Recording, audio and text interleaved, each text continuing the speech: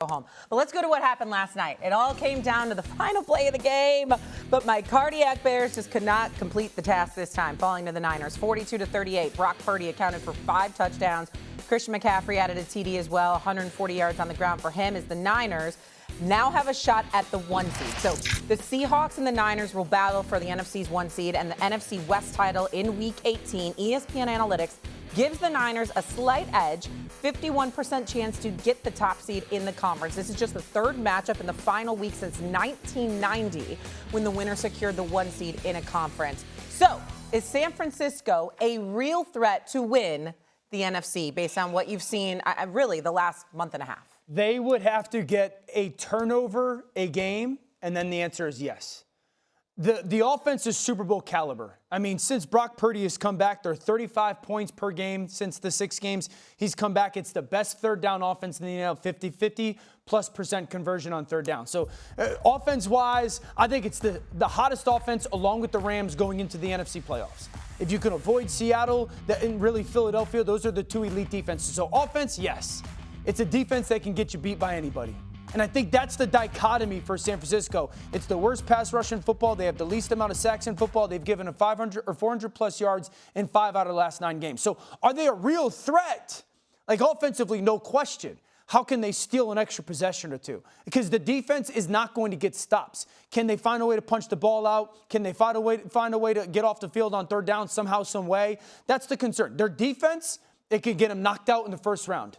That's just where this defense is.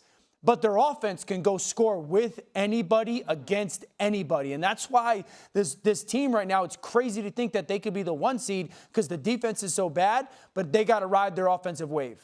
Cam. Danielle, you said it. The defense can get you knocked out in the 1st round. You're talking about a defense that cannot get after the quarterback.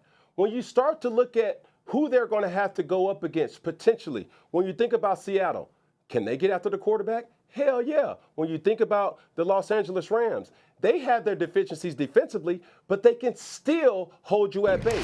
When you think about the Philadelphia Eagles, can they get after the quarterback? It's another, hell yeah. When you start to really pan out who's going against who, what's going against what, these teams have something in common. A dynamic defense that is capable of making an offensive day extremely uncomfortable and frustration. So, therefore, do I think that the 49ers are a threat to win the NFC? No, because of the inability to get after the quarterback. Is Brock Purdy playing at a high level? Yes. But is that enough for the sustainability and the long push going into the NFC Championship and potentially further? That's going to be the hindrance.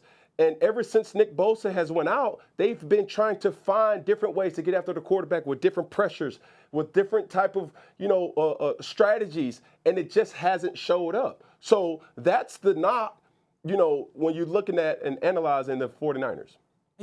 I'm with you, Cam. They are, though. They are. Because here's the thing. What defense do you really think can slow down this offense in San Francisco? I'll give you 2 that I feel really confident in. It's Philadelphia, and it's Seattle. And they should avoid playing those teams. Obviously, they're playing on Saturday night for the division. If they win that, they should avoid playing those teams until the championship game, potentially. And so, this offense can score with anybody. They're going to score no matter. If they don't have to play Philly early on, I think it's a guarantee they wouldn't have to play Philly early on. If they can avoid having to play Philly or Seattle, there's not a good enough defense to slow down this offense. I was with you. I was up until a couple weeks ago. I'm like, man, this defense. But this offense is a juggernaut right now. They scored 35 or they scored 42 last night without George Kittle, without Trent Williams. I mean, if they get fully whole and healthy with those 2 players back for the playoffs, I think this defense can score push 40 on just about anybody. Which is why the 1 seed would matter, because they would have a week to get a little bit healthier. It would be huge. Now, I will say this. The Niners are 6-0 since Purdy returned from injury. Who have they beat in those 6 weeks? The Cardinals, the Panthers, who are maybe a playoff team, I understand. The Browns, the Titans, the Colts. They haven't played the likes of Seattle and the Rams since Purdy has been fully healthy. Let's go to the team that lost yesterday. Pains me to say that, but it's true. Caleb Williams and the Bears. Heck of a fight they put up. They went toe-to-toe with the Niners up until literally the very last play. I needed extra coffee this morning. What is the ceiling, though, for this Bears team? I feel about the Bears the same way I feel about San Francisco. Championship caliber offense. They need a takeaway to win. A defense that can get you beat by anybody in the first round. Now, here's what I would say differently. 8 weeks ago, I said championship caliber run game. The run game was so good. Caleb in this last month has been really good. I think he's got 8 touchdowns in December. 8 touchdowns, only 1 pick. He's been really good in specific moments. 250 yards per game, passing 7.5 yards per attempt. So you're seeing Caleb's performance kind of match that run game. I think because of that, the ability to run the football and create those explosive plays down the field, Loveland, Luther Burden III, their emergence, this offense can go score. The concern is the defense is so predicated on those takeaways. They can't get a stop, and so now they've been getting them. They've been getting the takeaways. But you watch last night, you can get 35, 40 hung on you against this defense by just about anybody in the playoffs. And so the ceiling for me is probably a playoff win, just because I think in the playoffs, at some point, an offense is going to buckle down. An offense is going to be psychotic about valuing the football and not giving away and not turning the football over. If you don't do that, you can have this defense. Yeah. I think if the Chicago Bears can find a way to get a postseason win, we already know that they're playing ahead of schedule. They're really playing with house money. Nobody expected Caleb Williams to kind of get thrusted. As a matter of fact, we knew he was talented.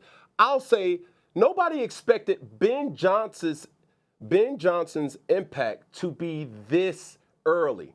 And if you go into a playoff where you say, hey, if we could find a way to garner this, this moment and feed off this, it's kind of giving the same situation that we thought last year with the Washington Commanders. The only difference is they're more sound and more of a complete offense. Last year, and even this year, the Commanders struggled with protecting the quarterback. That's not the case for Chicago. If I'm going into the draft, I'm bolstering up the defensive side of the ball to give my offense more opportunities.